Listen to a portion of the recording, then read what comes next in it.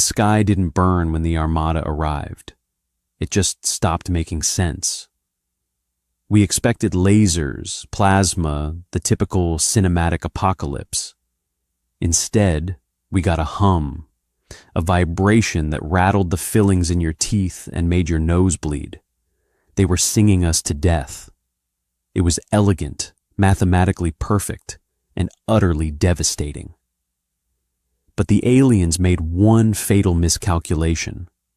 They brought a symphony of pristine, synchronized destruction to a species that was born in the mosh pit. Caleb Ward tasted pennies.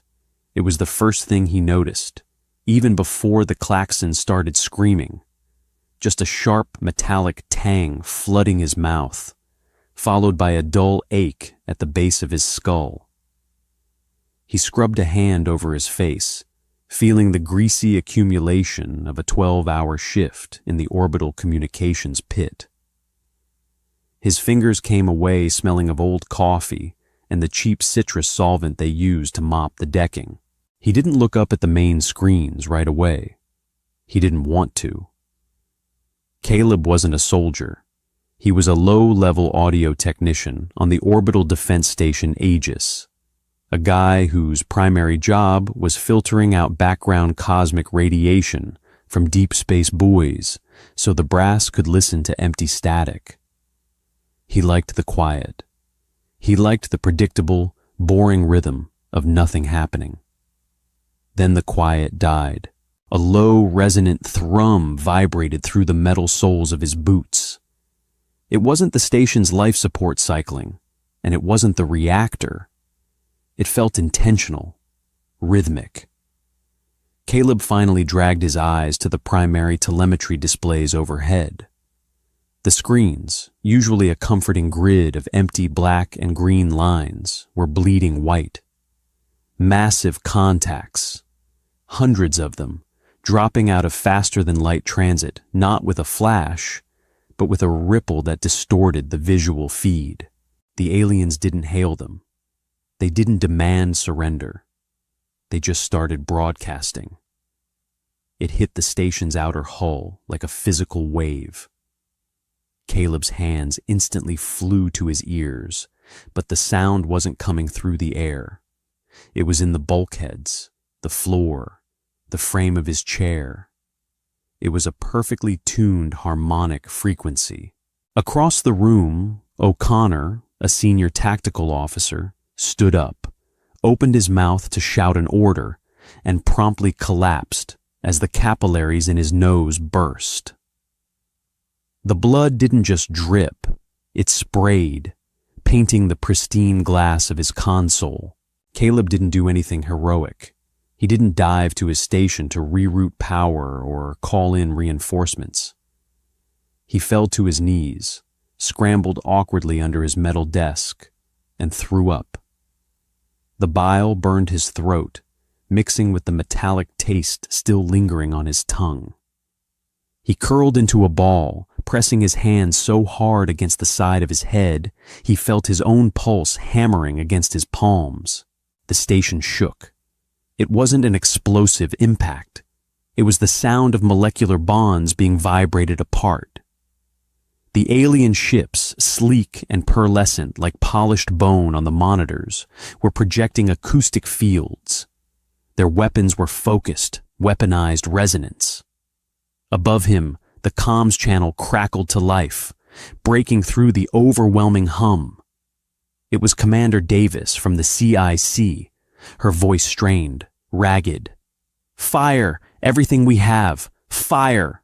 Caleb peeked out from under his desk, his breath coming in short, pathetic gasps. He watched the tactical feed on the lower corner of his monitor. The Aegis unleashed hell, railgun slugs accelerating to a fraction of light speed, missiles tipped with localized fusion warheads, high-intensity particle beams. It was a barrage that could crack a small moon. He watched the telemetry data as the human arsenal met the alien armada. Nothing happened. The alien ships were surrounded by a shimmering, translucent aura. As the railgun slugs hit the aura, they They didn't shatter. They vibrated. The kinetic energy was absorbed by the alien harmonic field, dispersed into a harmless ring of light. The missiles detonated prematurely, their internal guidance systems scrambled by the intense acoustic pressure. The energy weapons just refracted, scattering into useless pretty rainbows against the blackness of space. They were untouchable. Their defense was absolute symmetry, perfect, synchronized harmony. Caleb crawled out from under the desk, slipping in his own vomit, bruising his knee hard against the deck plating. The pain grounded him, just a little. The hum was getting louder. It was starting to blur his vision. The station's hull groaned. Rivets popped in the ceiling above the central walkway, sounding like gunshots. A heavy ventilation grate sheared loose and slammed into the deck, crushing a workstation that had been occupied 5 minutes ago. He pulled himself up by the edge of his console, his knuckles white. The audio spectrograph on his screen was going crazy. The waveform of the alien attack wasn't chaotic. That was the terrifying part. It was a perfectly uniform sine wave. It was beautiful, mathematically flawless. It adjusted in real time, syncing perfectly with the structural resonance of the human station, finding the exact frequency needed to shake the metal apart. Caleb stared at the perfect wave. His chest was tight, his lungs refusing to take in enough oxygen. He was going to die here, in a smelly room, covered in his own sick, vibrated to dust by an alien choir. Perfect symmetry, Caleb mumbled, his voice sounding hollow and distant in his own ears. He looked at the human weapons failing. They were trying to punch through a brick wall with a hammer. But the wall wasn't made of bricks. It was made of sound, a memory, sharp and jagged, pierced through his panic. He remembered being 16 in a dingy underground basement club. The smell of cheap beer, sweat, and leather, the way his rib cage rattled, the way the speakers had blown out because the sound engineer had pushed the distortion too high. You don't break a crystal glass by hitting it with a rock. You break it by singing the wrong note. Caleb's hands were shaking violently as he reached for his keyboard. He wiped a smear of blood from his nose on the sleeve of his uniform. He wasn't a soldier, but he knew sound. And he knew that perfect symmetry had a fatal weakness. It couldn't handle chaos. "Commander!" Caleb's voice cracked. He wasn't using the internal comms. They were already failing, choked by the alien interference. He was physically dragging himself down the slanted corridor toward the Combat Information Center. The artificial gravity was flickering, making every step feel either incredibly heavy or sickeningly light. He burst through the heavy blast doors. The CIC was a nightmare. Smoke hung thick in the air, smelling of melting plastic and ozone. Red emergency lights strobed, casting long, frantic shadows. Commander Davis was gripping the edge of the central holotable. Her knuckles bruised, a dark stain of blood soaking the shoulder of her uniform. She turned to him, her eyes wide, wild, and utterly exhausted. "Ward, what the hell are you doing out of the pit? Get back to your—" "The weapons won't work!" Caleb yelled, tripping over a severed conduit and stumbling to his knees right in front of her. He looked pathetic. He knew it. He didn't care. "They're shields. It's acoustic resonance. It's a closed-loop harmonic frequency. Kinetic impact just feeds the loop." Davis stared at him like he had lost his mind. "I don't have time for a physics lecture, technician. The outer hull is at 40% integrity. We are shaking apart." "I know," Caleb screamed, surprising himself with the volume. His throat felt like sandpaper. "Listen to me. They are using perfect sound, harmony. They sync together. To break it, we don't need more bombs. We need dissonance. We need interference. We need to introduce a frequency so chaotic, so violently unstructured, that it shatters their feedback loop. A heavy structural beam groaned above them, showering the hollow table in sparks. Davis flinched, wiping soot from her forehead. Interference? Ward, the station's broadcasting array is meant for deep space telemetry, not warfare. It's a giant speaker, Commander. Caleb scrambled to his feet, grabbing the edge of the hollow table to steady himself. It's a massive, directed energy acoustic array. If we slave the internal comms, the emergency broadcasters, and the deep space dish together, we can project a counter frequency directly at their flagship. Davis looked at the tactical map. The human fleet was being decimated. Ships were literally disintegrating. There were no other options. What frequency? She demanded, her voice dropping into a dangerous, desperate growl. Caleb swallowed hard. I need my personal drive from the pit, and I need manual control of the broadcast array. Do it, Davis turned back to her officers. Reroute all auxiliary power to the comms dish. Give Ward whatever he needs. The next 10 minutes were a blur of agonizing physical exertion. Caleb sprinted back to the pit, his lungs burning. The alien hum was so intense now, it felt like a physical weight pressing against his chest. He couldn't breathe fully. He couldn't think straight. He crawled under his desk, his hands frantically searching for the worn black exterior of his personal hard drive. He found it, his fingers slipping on the vomit he had left there earlier. He wiped the drive on his pants and sprinted back to the primary broadcast terminal in the CIC. He had to manually splice the connections. The digital overrides were locked out due to the station's damage. Caleb found himself on his back under the main console, a pair of wire strippers in his trembling hands. He accidentally sliced the side of his thumb open. The sharp sting of pain cut through the hazy vibration in his head. He swore violently, spitting blood from his bitten lip, and twisted the thick copper wires together.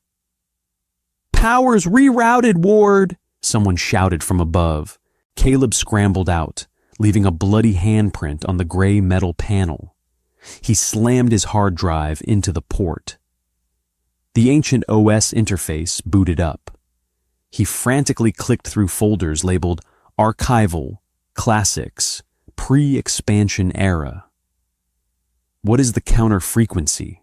Davis asked, standing over his shoulder, her presence a heavy, intimidating anchor in the chaos. "It's not a single frequency," Caleb muttered, his eyes darting across the screen. "It's broad spectrum, high distortion, irregular time signatures, massive low-end bass modulation." He found the file. It was an archival track from Earth, late 20th century.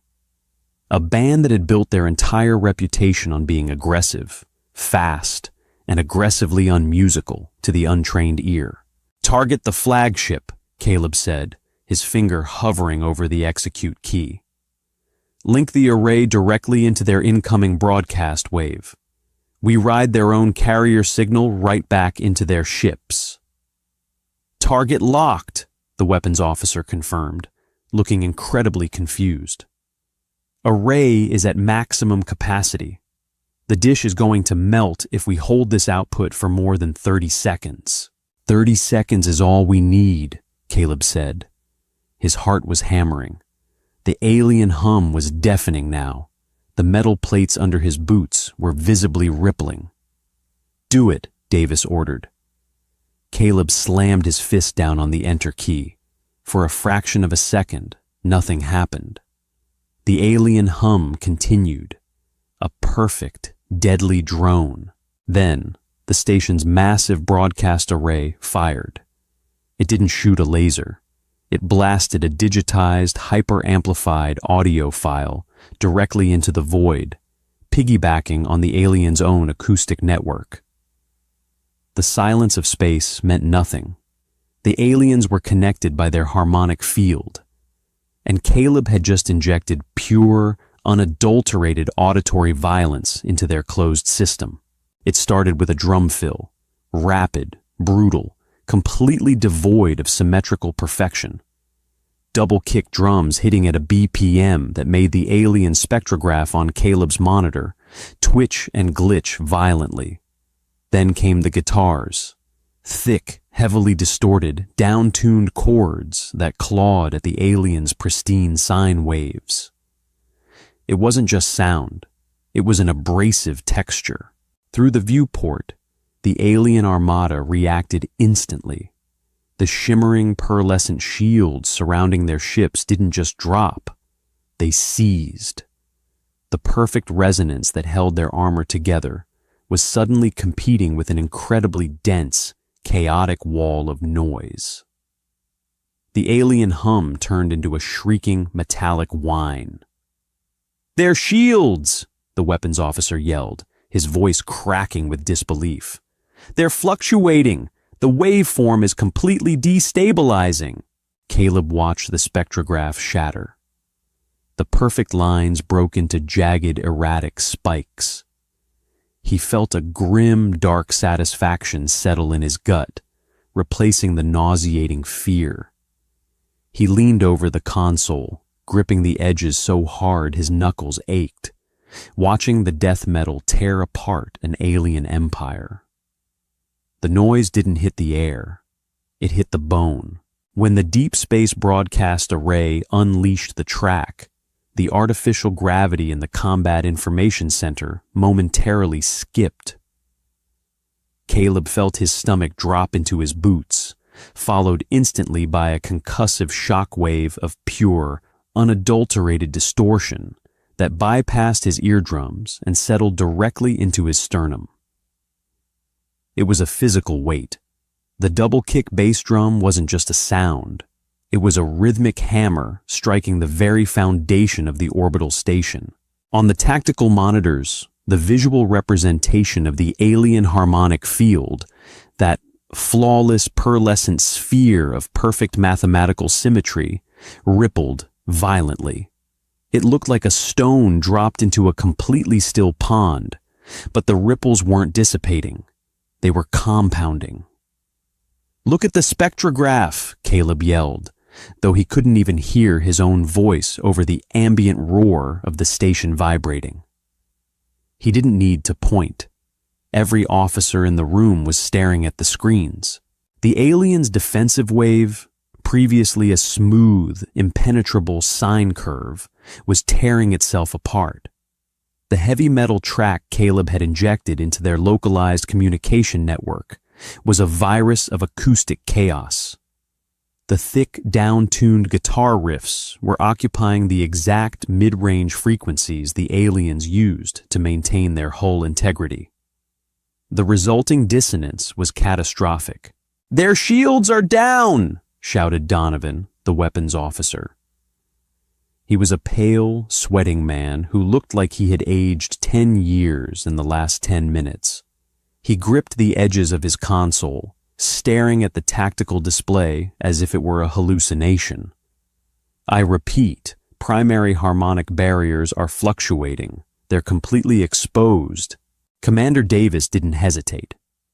The exhaustion that had weighed her down moments before was vaporized by the sudden influx of adrenaline. She slammed her fist against the hollow table, leaving a smear of blood on the illuminated glass. "All batteries, fire for effect, empty the magazines, target the cruisers first, leave the flagship to the array. Do not let up." Caleb barely heard the orders. His world had shrunk to the glowing, crackling interface of his audio terminal. He wasn't a tactician watching ship movements. He was a sound engineer watching an equalizer. The red bars of the output levels were maxed out, hovering dangerously in the clipping zone. He tasted ash and copper. An electrical fire had started somewhere in the subdeck, and the acrid smoke was being pulled through the ventilation grates. His eyes watered, blurring his vision, but he didn't blink. He reached out with trembling, slick fingers and grabbed the manual mixing sliders. He didn't just want to play the song. He wanted to weaponize the mix. Caleb pushed the gain on the low-end frequencies. The deck plates beneath his boots screamed as the station's massive broadcast dish forced the heavy, sludgy bass tone out into the vacuum, riding the alien's own carrier wave. Through the primary viewport, Caleb watched the nearest alien cruiser die. It didn't explode in a fiery cinematic fireball. It was infinitely more disturbing. The sleek bone-white hull of the vessel simply began to flake. It looked like old paint peeling under a blowtorch. The molecular bonds, previously held together by perfect acoustic resonance, were being violently shaken apart by the chaotic, irregular vibrations of the distorted bass. The ship shuddered, its elegant geometry warping. Large chunks of the hull simply dusted away into the blackness of space, exposing the glowing, pulsing internal architecture.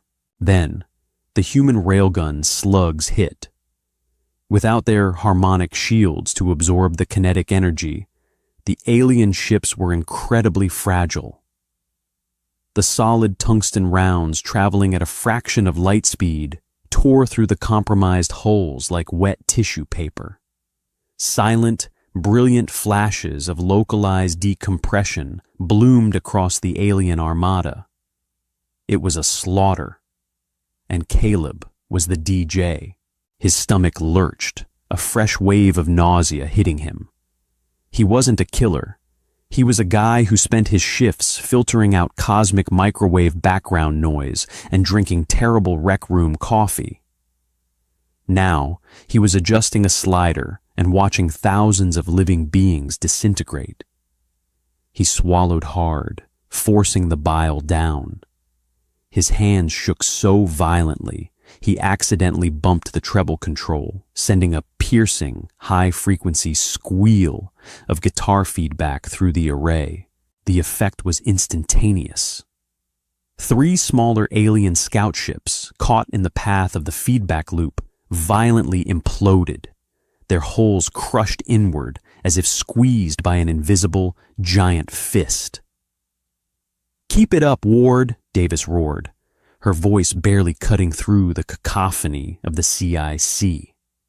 "Whatever you just did, do it again." Caleb didn't answer. He couldn't. His throat was entirely closed up by panic. He stared at the spectrograph. The alien flagship, a massive monolithic structure at the center of the Armada, was still holding together. It was shimmering, its pearlescent hull shifting rapidly through the color spectrum as it tried to compensate for the chaotic assault. The music pounded on. The vocalist on the archival track let out a guttural, primal scream that defied all musical logic. Caleb watched the audio waveform of the scream crash into the flagship's telemetry. The massive vessel listed to the side, its internal lights flickering. But then, the spectrograph on Caleb's screen began to change. The jagged, chaotic spikes of the heavy metal track were suddenly meeting resistance. A new wave was forming beneath it. It wasn't the perfect, smooth sine wave from before. It was rigid, calculating. The aliens weren't trying to block the noise anymore. They were analyzing it. "Commander!" Caleb gasped, his voice cracking, tasting the blood from his bitten lip. He pounded on the console to get her attention. "They're adapting!" Davis spun around. "Explain!" "They're finding the tempo!" Caleb yelled, frantic now, his fingers hovering over the keyboard. "It's a 4/4 time signature. It's aggressive, but it's consistent. They're building a counter-resonance to match the beat. If they sync with it, they'll absorb the distortion and turn it back on us." Sure enough, the alien flagship steadied. The pearlescent glow of its hull began to return, pulsing perfectly in time with the double-kick drum echoing through the station. They were surviving the assault by finding the math hidden inside the chaos. Caleb felt a cold sweat break across his forehead. The track was 30 seconds from ending. If it looped, or if they found the groove, the human fleet was dead.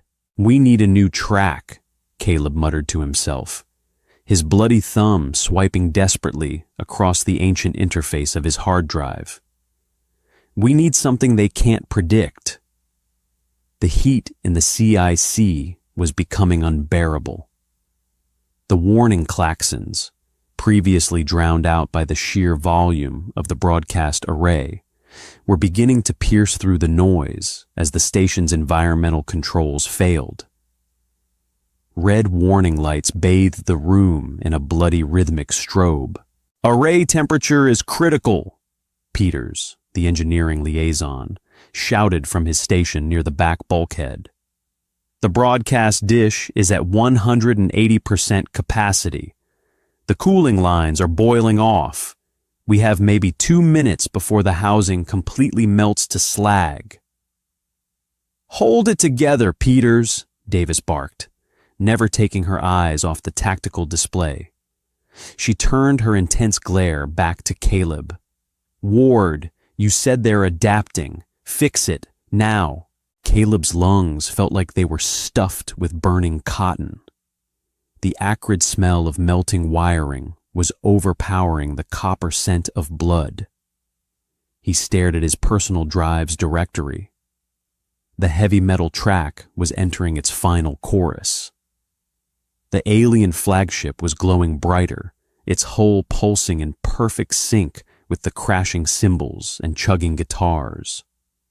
The spectrograph showed their counter-frequency rising, a massive, calculated wall of sound, preparing to push the chaotic assault right back down the Aegis's throat.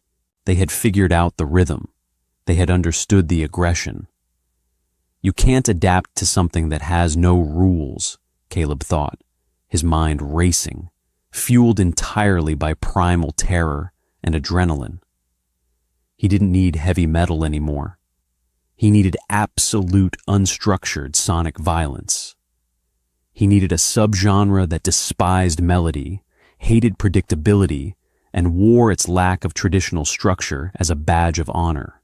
His bloody finger clicked out of the current folder and into an archive labeled experimental/mathcore. "Brace yourselves," Caleb rasped, his voice barely a whisper, though he knew no one could hear him. He didn't bother fading the tracks out. He just hit the kill switch on the current broadcast and instantly slammed the execute key on the new file. For a microsecond, there was silence. The heavy, oppressive weight of the metal track vanished, leaving a sudden vacuum in the air that made Caleb's ears pop painfully. On the visual feed, the alien flagship seemed to surge forward, its counter-frequency fully formed and ready to strike back. Then, the new track hit. It wasn't a wall of sound. It was an assault of jagged, broken glass. The drums didn't keep a beat. They blasted in erratic, hyperspeed bursts, stopping on a dime only to start again at a completely different tempo. The time signature shifted violently, from 7/8 to 5/4 to an agonizingly disjointed 9/8. The guitars weren't playing chords. They were screeching in high-pitched atonal panic. The vocals were just a rhythmic, throat-shredding bark. The alien flagship's countermeasure slammed into the broadcast. It was expecting a steady 4/4 beat. It was expecting a predictable wave to cancel out. Instead, it caught a sonic buzzsaw. The physical backlash was immediate. The Aegis groaned, the metal decking buckling under Caleb's boots. A shower of sparks rained down from the ceiling as a massive power conduit finally overloaded and blew. But Caleb didn't care about the station. He was staring at the spectrograph.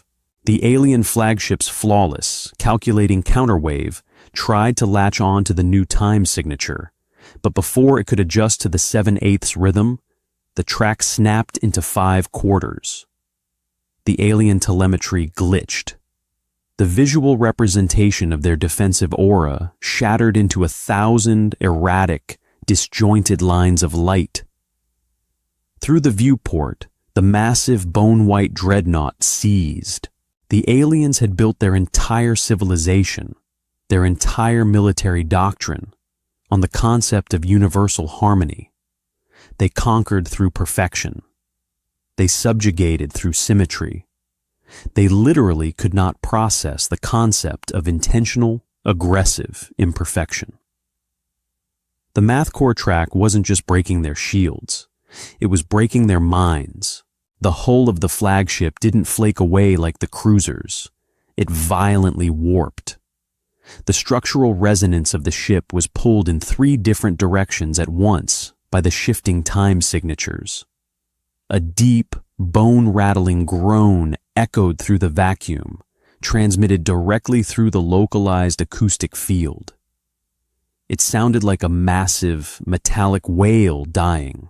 "They're losing structural cohesion!" Donovan screamed, his voice cracking into a hysterical pitch.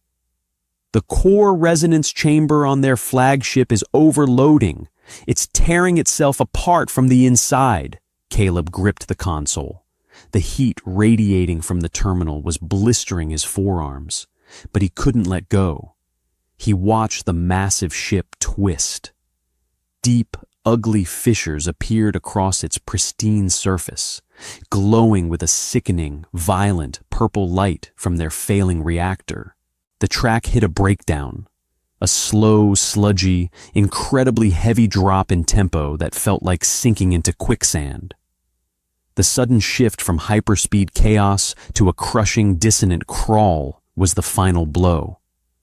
The alien flagship broke. It didn't explode outward. It shattered inward. The massive front half of the vessel simply sheared off, the molecular bonds screaming as they gave way. The purple light of their core flashed blindingly white, completely overwhelming the visual sensors on the Aegis. And then the station's broadcast array finally died. With a deafening metallic shriek, the massive dish mounted on the exterior hull melted, the superheated components fusing together into useless slag. The connection was severed. The music stopped. The silence that rushed into the CIC was heavier, more oppressive than the noise had been. It was thick with the smell of ozone, burnt plastic, and sweat. The red emergency lights continued to spin, casting long, bloody shadows over the exhausted crew. Outside the viewport, the alien armada was gone. Where pristine, pearlescent ships had hovered in perfect formation minutes ago, there was only a drifting, expanding field of pulverized white dust and jagged, tumbling debris. The remaining scout ships that hadn't been destroyed were actively retreating, jumping back into faster-than-light transit with erratic, terrified flashes of light. Caleb slowly let go of the console. His hands were locked into claws, his muscles screaming in protest. He looked down at his thumb, entirely coated in dried, flaky blood. His ears were ringing, a high, continuous whine that he knew wouldn't go away for days. He didn't feel victorious. He didn't feel like a savior. He felt hollow, sick, and profoundly tired. He slumped back, sliding down the side of the console until his ass hit the vibrating, scarred deck plating. Commander Davis walked slowly over to him. Her uniform was torn, her face smeared with soot. She looked at the smoldering wreckage on the primary monitor, then down at the low-level audio technician sitting in a puddle of his own sweat and grime. "Ward," she said, her voice a ragged whisper. Caleb looked up, his eyes dull, exhausted. "Yeah?" Davis stared at him for a long moment, the sheer absurdity of their survival warring with the grim reality of the slaughter they had just committed. "Remind me," she muttered, wiping a streak of ash from her cheek, "to never, ever complain about the volume of your music again." The ringing in Caleb's ears wasn't fading. It was settling into a permanent, high-pitched E-flat. It drowned out the ambient hiss of the venting oxygen and the distant, muffled shouts of damage control teams. He sat on the buckled floor plates, staring at his hands. They were caked in a mixture of his own dried blood, grease, and something synthetic that had melted off the console. He didn't move when the medical triage team finally breached the combat information center. He just sat there, breathing in the stale, recycled air that tasted heavily of burnt hair and vaporized copper. Hey, look at me." Rough, gloved hands grabbed his shoulders, shaking him slightly. Caleb blinked slowly. A medic. Wyatt, judging by the name tape barely visible under a smear of soot, was kneeling in front of him. Wyatt shone a penlight directly into Caleb's eyes. The beam felt like an ice pick. Caleb flinched, turning his head away. "Pupils are sluggish. Any nausea? Chest pain?" Wyatt asked, his voice sounding like it was coming from underwater. "I threw up earlier," Caleb mumbled. His throat felt like he had swallowed crushed glass. "Ears are ringing, really loud." "Barotrauma," Wyatt noted, pulling a small, cold canister from his kit and spraying something sharp and iodine-scented onto the gash across Caleb's thumb. Caleb hissed through his teeth as the antiseptic bit into the raw flesh. "Your eardrums took a beating from the atmospheric pressure shifts. Wrap that thumb tightly. Stay put." Wyatt moved on, practically crawling over the warped decking to reach a navigation officer who was pinned under a collapsed overhead monitor. Caleb didn't stay put. He couldn't. The floor was vibrating again, but this time it wasn't an alien weapon. It was the structural groaning of the Aegis itself. The station was dying. He gripped the edge of the melted communications terminal, hauling himself to his feet. His knees trembled, threatening to buckle, but he locked them. He looked around the CIC. It was a slaughterhouse. Sparks showered periodically from severed cables hanging like dead vines from the ceiling. Emergency lighting cast long, bloody shadows. Commander Davis was standing by the holo table, a field dressing wrapped clumsily around her bicep, leaking dark red fluid. She was barking orders into a handheld transceiver, her voice hoarse and raw. "Sectors 4 and 7 are hard sealed. Let them vent," Davis said, staring at a schematic that flickered violently. "Get a tether team out to the primary solar arrays. If we lose auxiliary power, life support completely fails in 20 minutes. Caleb stumbled toward the main viewport. He bypassed the bodies of 2 junior officers he had played cards with a week ago. He didn't look at their faces. He couldn't handle that right now. He just focused on the thick, reinforced glass of the viewing port. Outside, the void was a graveyard, the alien Armada, a fleet of elegant, pearlescent vessels that had looked like the heralds of a pristine higher civilization, was reduced to a massive, glittering cloud of debris. Huge chunks of fractured white hull plating spun silently in the vacuum. Some of the larger fragments were still glowing with the sickly dying purple light of their failing reactors. Caleb pressed his forehead against the cold glass. The chill felt good against his feverish skin. He had done that. He wasn't a soldier. He had never fired a gun in his life.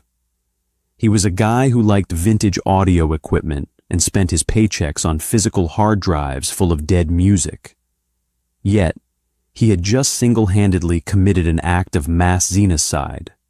He had weaponized noise, and it had ripped thousands of living beings apart at the molecular level. A wave of profound, suffocating guilt washed over him. It wasn't the heroic satisfaction of saving the day. It was nausea. He had watched their ships twist and scream, fundamentally broken by the chaotic, aggressive time signatures of human rage. Ward. Caleb flinched, peeling his forehead off the glass.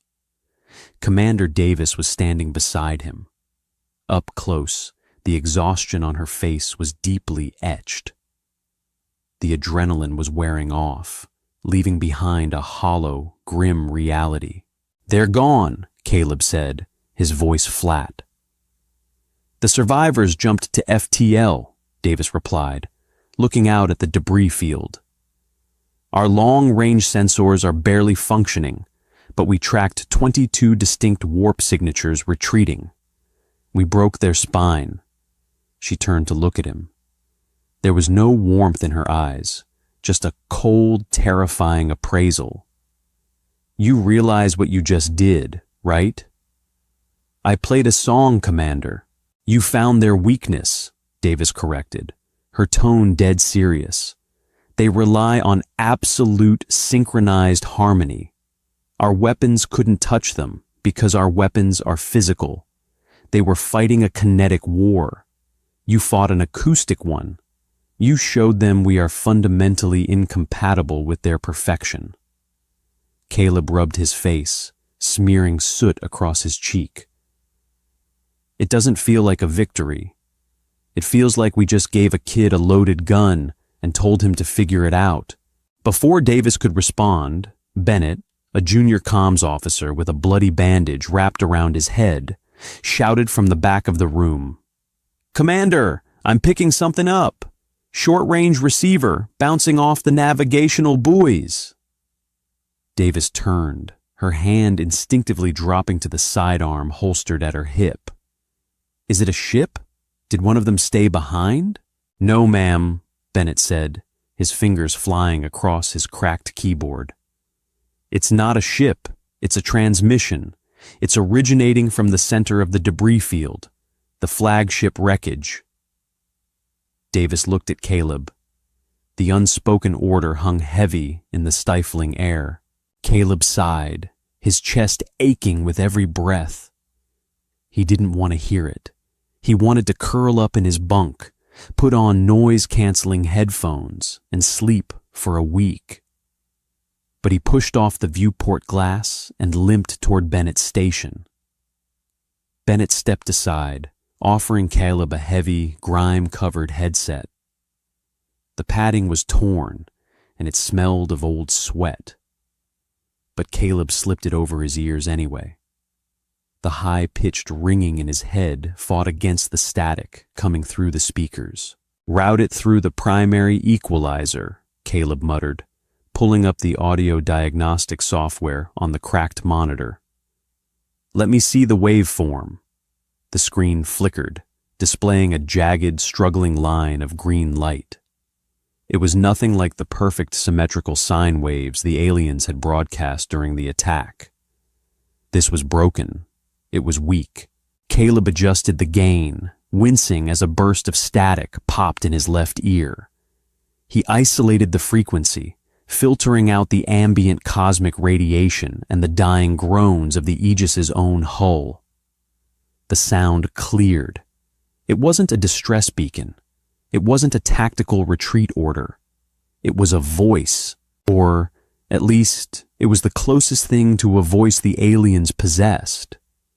It was a singular, resonant tone, hovering around the frequency of a cello's lowest string. But it was fractured. It shuddered, breaking into dissonant microtones before trying to pull itself back into harmony. Caleb closed his eyes, leaning into the console. The sound was deeply, profoundly sad. It felt like listening to someone bleed out in an empty room. What are they saying? Davis asked, standing directly behind him. Is it an SOS? Are they calling for reinforcements? I don't think they use words, Commander, Caleb said softly, keeping his eyes closed. Their entire language, their whole method of interaction. It's built on resonance, sharing a frequency, feeling the same note. He reached out, slightly tweaking the mid-range filter. The alien tone grew a fraction clearer. This isn't a call for help, Caleb continued, his voice tight. It's a broadcast to anyone listening. It's a warning. A warning about us. A warning about the noise. Caleb opened his eyes and stared at the jagged dying waveform on the screen. They came here because we are loud. Think about our radio waves, our combustion engines, our orbital traffic. From their perspective, Earth isn't just a planet. It's a festering wound of chaotic vibration in an otherwise quiet galaxy. They didn't come to conquer us. They came to tune us, to fix the dissonance. Davis absorbed this, her jaw tightening. And we just screamed back. We introduced a virus, Caleb said. The alien tone in his ears began to degrade further, pitching downward into a low, terrifying rumble. The math core track. It didn't just break their ships, it broke their connection to each other. We subjected a hive of perfect symmetry to the concept of pure, aggressive anarchy. The sound in the headset finally flatlined, fading into the harsh, meaningless static of deep space. The green line on the monitor went perfectly flat. The last piece of the alien flagship had died. Caleb slowly pulled the headset off, letting it drop onto the console with a heavy plastic clatter. He looked up at Davis. They won't come back the same way, Caleb said, his voice devoid of any triumph. We taught them that the universe isn't perfectly ordered. We taught them what dissonance feels like. If they return, they won't try to sing us into submission. What will they do? Davis asked, her eyes fixed on the flatline spectrograph. I don't know, Caleb admitted, wiping a fresh bead of sweat from his forehead. But they know we're here now, and they know we're the loudest, ugliest thing in the dark. The CIC fell into a heavy, suffocating silence, broken only by the erratic beep of failing life support alarms. The adrenaline that had carried them through the battle was completely gone, replaced by a cold, creeping dread. They had survived, but survival suddenly felt like a temporary stay of execution. Get the long-range comms array patched, Davis ordered, breaking the silence. She turned back to Bennett, her voice regaining its command edge. We need to contact Earth Command. Tell them the Aegis held the line. She paused, looking back at Caleb. He was slumped over the console, looking completely broken, a civilian who had just been drafted into a cosmic war he never asked for. And tell them, Davis added softly, to secure every archival audio database on the planet. Classify it all. Level 1. Caleb let out a dry, humorless chuckle that ended in a painful cough. You're going to classify music? I'm going to classify our most effective weapon system, Davis replied. If they come back with armor thick enough to absorb our railguns, we're going to need more than one math core track to break them. Caleb looked back out the viewport at the silent, drifting debris. He thought about his hard drive, currently sitting in the melted slag of the broadcast terminal. He thought about the decades of human history recorded in basement clubs, dirty arenas, and cheap studios. Decades of angst, anger, rebellion, and chaotic, unstructured noise. The aliens wanted a quiet, mathematically perfect universe, Caleb ran his thumb over his blood-stained knuckles. They had picked the wrong species to silence. Earth was a mosh pit, and the universe was about to get a noise complaint. "I'll start building a playlist," Caleb whispered to the empty void. The cold crept in before the darkness did. With the primary and auxiliary power routed to a broadcast dish that was now a puddle of fused slag on the outer hull, the Aegis was effectively dead in the water. The environmental systems were the first to fully shut down. Caleb felt the drop in temperature as a sharp ache in his joints.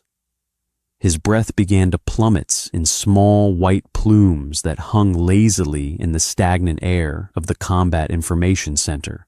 The artificial gravity generators whined, a pathetic dying sound that dropped an octave every few seconds until it cut out entirely. Caleb's stomach did a slow, nauseating flip as his boots lost their purchase on the deck plates. A loose pen, a shattered coffee mug, and droplets of someone's blood began to slowly drift upward, suspended in the sudden weightlessness. He scrambled, his gloved hands blindly grasping for the edge of the ruined audio console, managing to anchor himself before he drifted toward the ceiling. "Magnetic boots!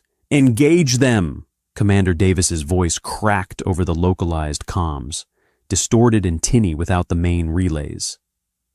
Caleb fumbled with the manual switch on his right thigh. A heavy, mechanical clack reverberated through his legs as the electromagnets locked onto the floor. It wasn't like real gravity. It felt like walking through waist-deep mud with anvils tied to his feet. "Status on the escape pods?" Davis asked, holding on to the hollow table as she awkwardly righted herself. Bennett, floating a few inches above his chair and typing furiously on a battery-powered emergency tablet, shook his head. "Tubes in sectors 1 through 3 are crushed. The harmonic resonance warped the launch rails. The pods in the lower decks are intact, but we can't open the blast doors to get to them without main power." "Then we dig in," Davis said, her breath fogging her visor. She was already mentally transitioning from a tactical space battle to a survival scenario. "We move everyone to the reactor shielding room. It has independent life support and the thickest bulkheads on the station. We hunker down and wait for Earth Command to send a retrieval fleet." Caleb watched the crew begin to mobilize. They were ghosts moving through a graveyard, silently pulling the wounded along the 0G corridors. He looked down at the slag terminal. The hard drive he had used, the one containing the math core tracks, the death metal, the chaotic salvation of the human race, was entombed in hardened, blackened polymer. It was gone. A sudden sharp panic pierced through his exhaustion. "Commander," Caleb said, his voice echoing too loudly in the dead room. He unclipped his safety harness and began the heavy, clomping walk toward her. "I need to go to my quarters." Davis turned, her flashlight beam cutting through the drifting smoke and illuminating Caleb's pale, sweat-stained face. "Are you out of your mind, Ward?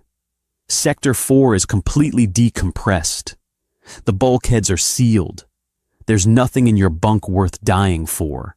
My master archive is," Caleb insisted, stopping a few feet away. He felt ridiculous, a lowly technician arguing with a seasoned commander in the ruins of a command center, but he couldn't let it go. "That drive on the console? That was just my daily listening rotation. My quarters have the physical backups. 3 petabytes of uncompressed audio. Bootlegs, live recordings, analog rips. Decades of it." Davis stared at him. The ambient red emergency lighting made the harsh lines of her face look like carved stone. "The aliens are gone, Ward. For now," Caleb countered, his voice dropping to a desperate whisper. You said it yourself. They're going to come back. And when they do, they'll have armor designed to absorb irregular time signatures. They'll build a tolerance. That means we need an arsenal. We need thrash. We need grindcore. We need industrial noise, bebop jazz, and whatever the hell else breaks their mathematical rules. If this station falls out of orbit, or if Earth Command just scorches the wreckage to hide the tech, that archive burns with it. Davis looked past him, staring out the viewport at the debris field. The alien ships had been pristine, uniform, entirely predictable. Earth was none of those things. Caleb was right. He held the only known ammunition against a god-tier threat, and it was sitting in a locker next to dirty laundry. "Torres!" Davis barked over her shoulder. A stocky security officer, his heavy armor scuffed and dented, clomped over. "Ma'am, take Ward to the EVA lockers. Suit up. 2 extra oxygen tanks each. Escort him to Sector 4. Retrieve his package and get to the reactor bunker. You have 30 minutes before the core shielding automatically seals for lockdown. Do you understand?" "Yes, ma'am," Torres said, though his eyes darted toward Caleb with clear disbelief. "Go," Davis ordered, turning her back on them to coordinate the movement of the wounded. Caleb felt a heavy hand clap onto his shoulder. Torres jerked his head toward the aft blast doors. "Come on, DJ, let's go get your mixtapes." The EVA suit smelled intensely of stale sweat, industrial talcum powder, and old rubber. It was bulky, designed for external hull repairs, not navigating the tight ruined corridors of a dying space station. Caleb's breathing sounded deafeningly loud inside the fishbowl helmet, a ragged, rhythmic rasp that did nothing to calm his racing heart. "Comms check," Torres's voice crackled in Caleb's right ear. "I hear you," Caleb replied, his tongue feeling like sandpaper. They stood before the manual airlock leading into Sector 4. The heavy metal door was buckled, pushed slightly inward by the explosive decompression on the other side. Frost had formed along the seams in thick, crystalline web patterns. "When I pop the manual release, it's going to kick hard," Torres warned, gripping the massive hydraulic lever. "Anchor your boots." Caleb engaged the electromagnets, feeling the reassuring thud against the deck. "Ready?" Torres yanked the lever. The door groaned, a horrific metal-on-metal shriek that bypassed Caleb's battered eardrums and vibrated directly in his teeth. The remaining atmosphere in the corridor violently evacuated through the cracked seal, ripping past them in a localized hurricane of dust, loose wiring, and frozen condensation. Then, total silence. The vacuum of the decompressed sector swallowed all ambient noise. Caleb's world shrank to the sound of his own frantic breathing and the mechanical clack-clack of his magnetic boots. Torres pushed the heavy door open, his helmet-mounted flashlight piercing the absolute darkness. "Stay close. Don't touch any exposed wiring. If your suit breaches, I can't patch it fast enough out here." They stepped into Sector 4.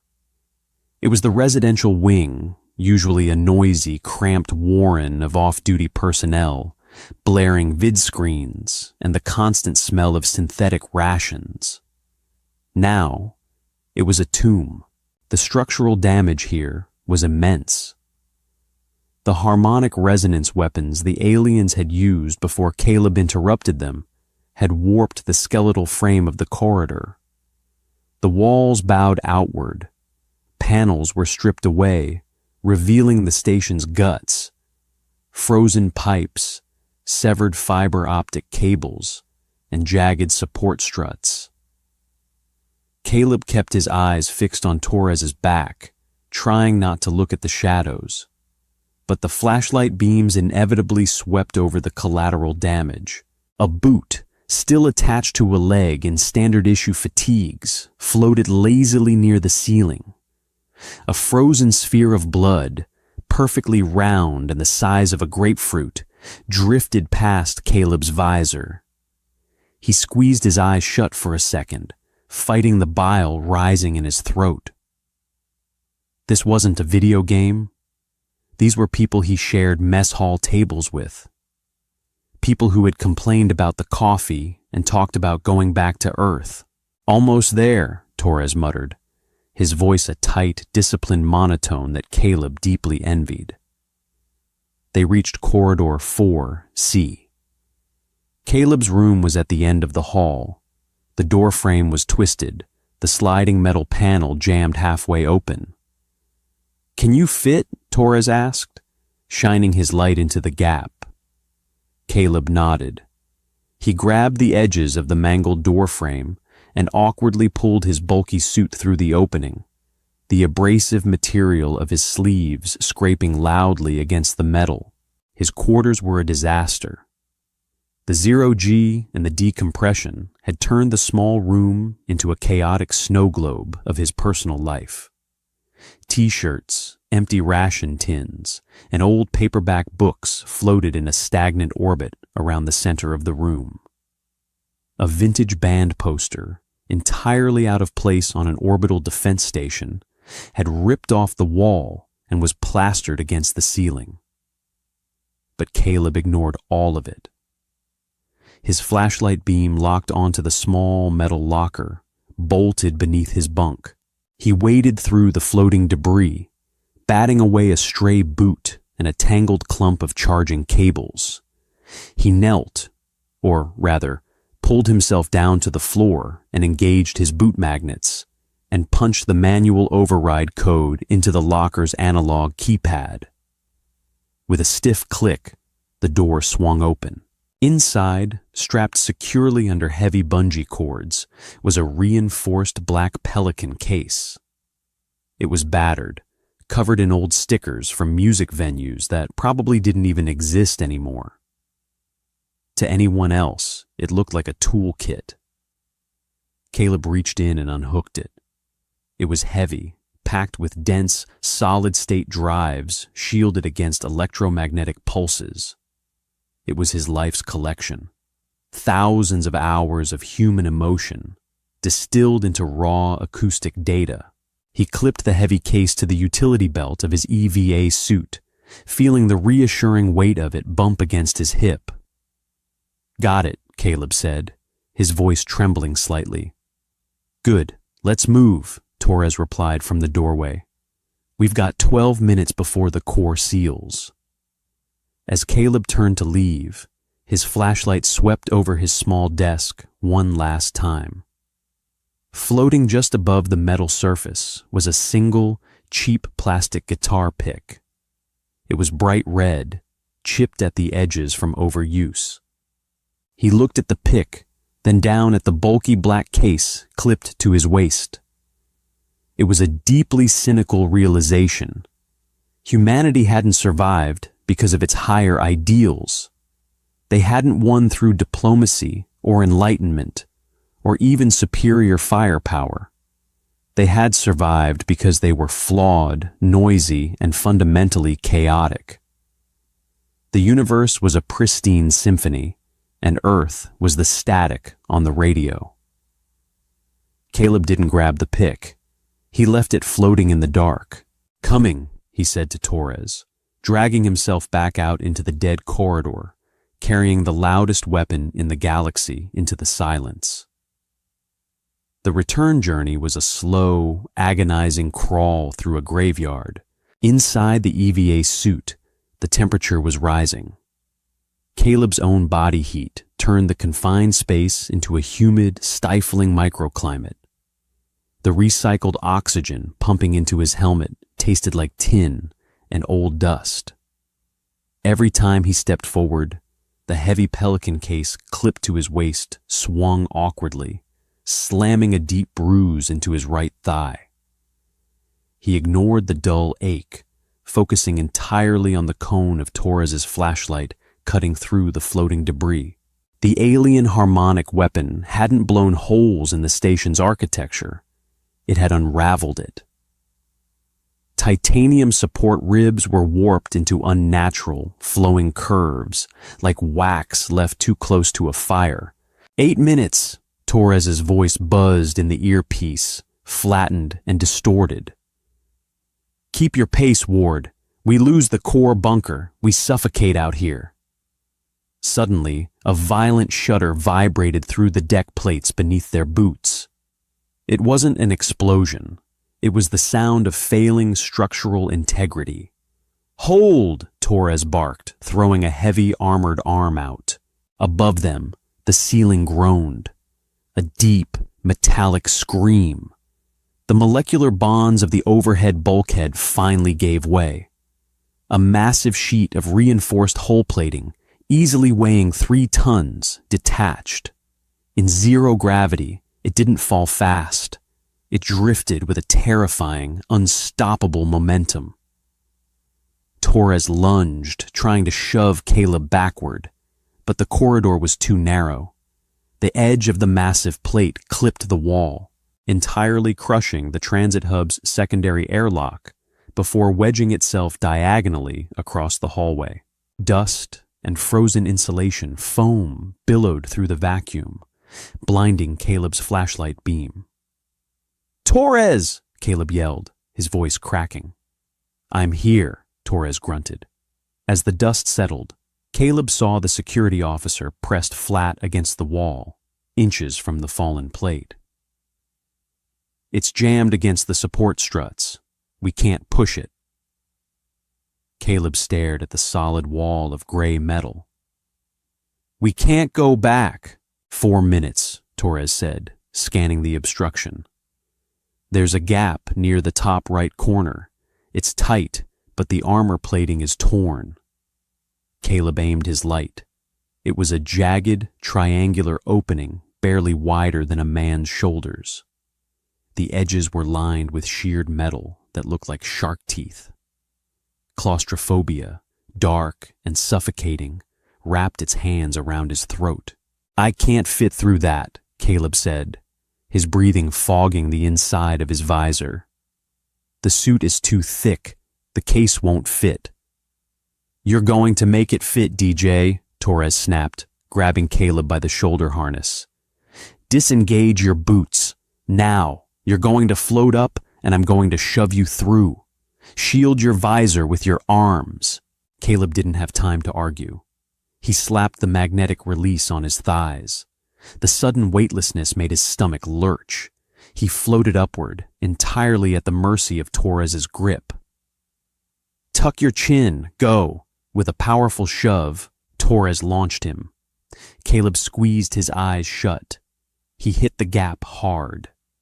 The abrasive, torn metal of the bulkhead shrieked as it scraped his EVA suit. The heavy Pelican case caught, jarring his spine. He kicked frantically, boots finding no purchase. "Push!" Torres yelled over the comms. Caleb twisted his hips, dragging the heavy case against the jagged steel. A sharp hiss erupted near his left elbow, the outer layer of his suit tearing. Panic flared, but the thick underlayer held. With one final wriggle, he popped through to the other side, tumbling head over heels. He crashed shoulder first into the deck. A sharp, localized agony exploded in his rotator cuff. A moment later, Torres squeezed through, immediately re-engaging his mag boots with a heavy double thud. "Move," Torres commanded. 2 minutes.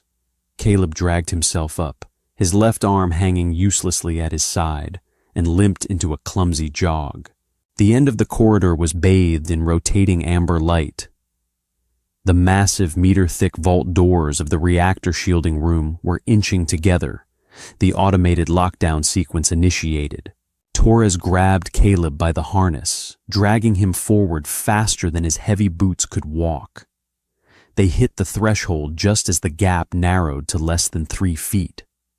Torres threw Caleb through the opening like a sack of grain. Caleb skidded across the grated floor, and Torres slipped in a split second later. The massive doors met with a booming, concussive thud, mechanical deadbolts slamming into place. When the airlock's inner light flashed green, Caleb tore the fishbowl off his head, gasping violently. The bunker air was hot and foul, smelling powerfully of copper blood and raw sweat. Over 40 people were crammed inside, sitting shoulder to shoulder on the steel grating. Commander Davis was sitting on an overturned supply crate near the center, her arm bandaged in stark white gauze. She looked up as Caleb dragged himself to his feet, cradling his injured shoulder. He unclipped the Pelican case with his good hand and let it drop onto the metal grating in front of her. It landed with a heavy, uncompromising thud. "Is this it?" Davis asked, her voice carrying through the tense silence. 3 petabytes, Caleb rasped. Every chaotic, distorted, angry track humanity ever recorded. No harmony, no symmetry, just noise. Davis rested her bloody hand on the scarred plastic, treating it with the dark reverence reserved for a nuclear payload. "They wanted a quiet galaxy," Davis said, a cold, hard edge returning to her eyes. "Let's make sure they never get a good night's sleep again." Caleb slumped against the cold metal wall, sliding down until he hit the floor. His shoulder screamed, and his ears were still ringing, but a grim, cynical smile tugged at the corner of his cracked lips. The universe was a pristine, classical symphony, and humanity was about to plug in the amp. If that ending left your ears ringing and your blood pumping, smash that like button right now. Humanity just proved that when the universe demands perfect harmony, our greatest weapon is pure, unadulterated chaos. But the war is far from over, and Earth is about to turn up the volume. Subscribe to the channel and hit the notification bell so you don't miss the next devastating chapter of this HFY saga. Drop a comment below. What genre of music do you think would do the most damage to an alien dreadnought? Share this